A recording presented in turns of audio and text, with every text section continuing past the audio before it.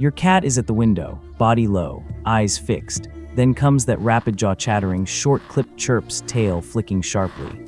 It looks like excitement, but something deeper is happening. Your cat has entered a hunting sequence, and it's being interrupted right at the point where it wants to act. By the end of this video, you'll understand what's really going on inside your cat in that moment, and why these small interruptions matter for how they feel and how they connect with you. Let's begin with the second they first lock in. Number 1, the moment they lock in. Your cat drops low near the window, front legs tucked, back slightly raised. The body becomes almost completely still. Only tiny, precise movements remain, small head adjustments, eyes locked on a bird, pupils widening, ears tilting forward in tiny increments. Breathing slows. This isn't casual bird watching. This is the beginning of a hunting sequence. Focus narrows sharply. Attention becomes fixed and intentional. They've already committed. The stillness you see isn't hesitation, it's preparation. Cats rely on precise timing and controlled pauses before action. Every small adjustment tracks movement with purpose. Focus quietly replaces everything else. If you notice your cat enter this state, try not to interrupt. Let the sequence unfold naturally, even if it can't go further. Number 2, the chirp is where it breaks. Your cat stays crouched, eyes still locked. Then the jaw starts moving, quick, repetitive openings and closings. Short chirps escape in bursts. The body doesn't move forward, paws stay planted.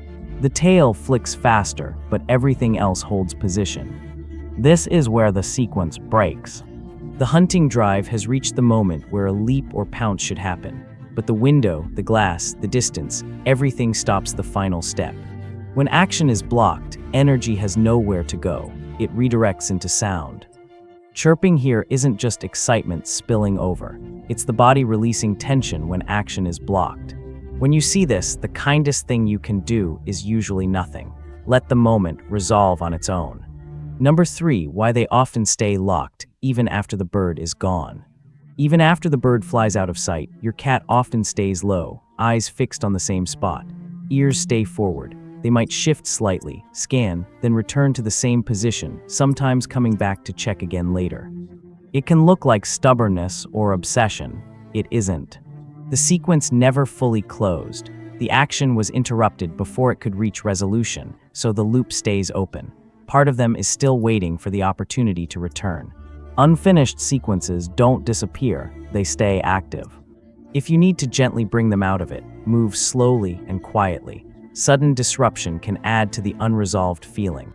Number 4, when the pattern repeats and tension builds. If this cycle happens often, returning to the window, locking on, reaching the same stalled point, something important shifts. Each incomplete sequence leaves a little residue.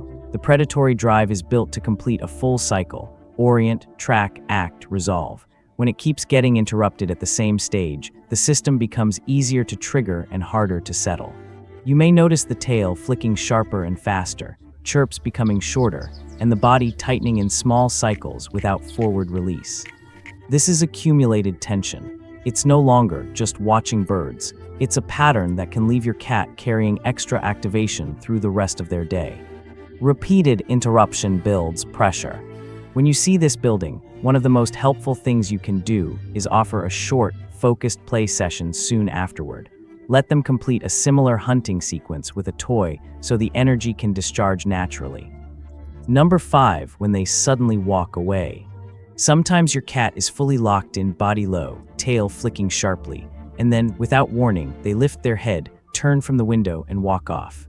Moments later, they begin grooming or settle down calmly. It can look like they simply lost interest. It isn't. This is a different kind of reset. After repeated interruptions, the body forces closure by shutting the sequence down entirely. The body forces a reset when it can't complete the cycle.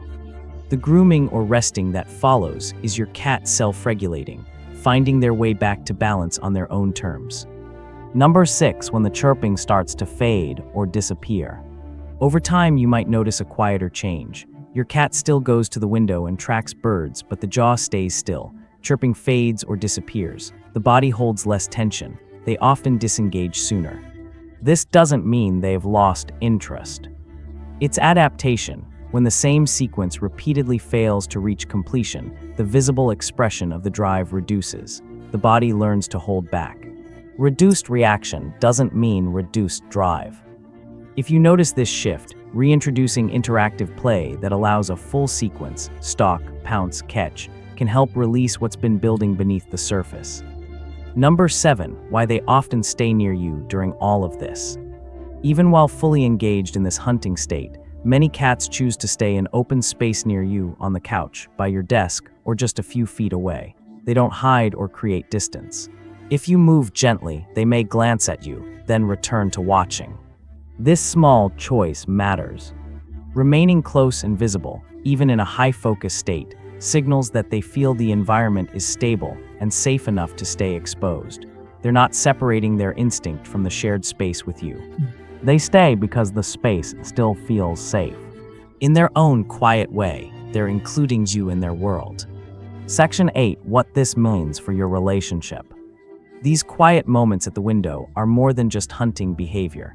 They show us how your cat experiences anticipation, handles frustration when things don't complete, and regulates their own emotions.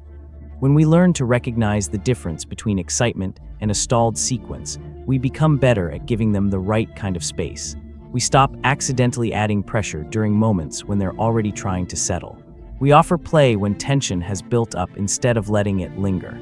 And we learn to stay calm and predictable when they choose to remain near us during these intense states. All of these small responses matter.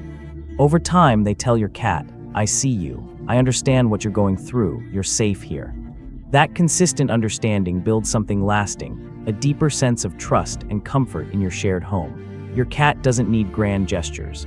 They need someone who notices the small things and responds with patience instead of reaction. The more we read these subtle signals accurately, the stronger and quieter the bond between you grows. Next time your cat drops low at the window, you'll see them differently, and that understanding quietly deepens the relationship you share. If you've noticed your cat chirping at birds, staying locked in, suddenly walking away, or the chirping beginning to fade, tell me in the comments. I'd love to hear what you've observed. If you like understanding your cat at this level, consider subscribing so you don't miss future videos. Thank you for watching with care. Until next time, keep noticing the small things your cat already does.